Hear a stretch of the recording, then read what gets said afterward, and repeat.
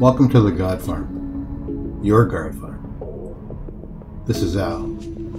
At the God Farm, you're going to learn the meaning of your life and your destiny with God for eternity. You're going to learn what's been stopping you from the true meaning of life and how to get past those areas onto your forever journey so you can be face to face with God. We're going to mentor you through God's direction and God's agenda. Not our agenda or someone else's agenda. It's going to be God's agenda. This isn't a new religion or some cult.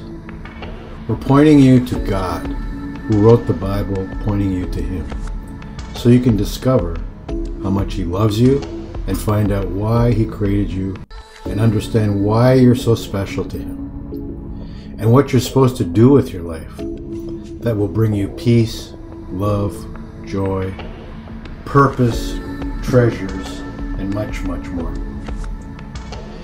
You have to understand that you're like no other in all of creation. So let's get started. So what's the meaning of life? Have you ever asked yourself, who am I really? Why am I here?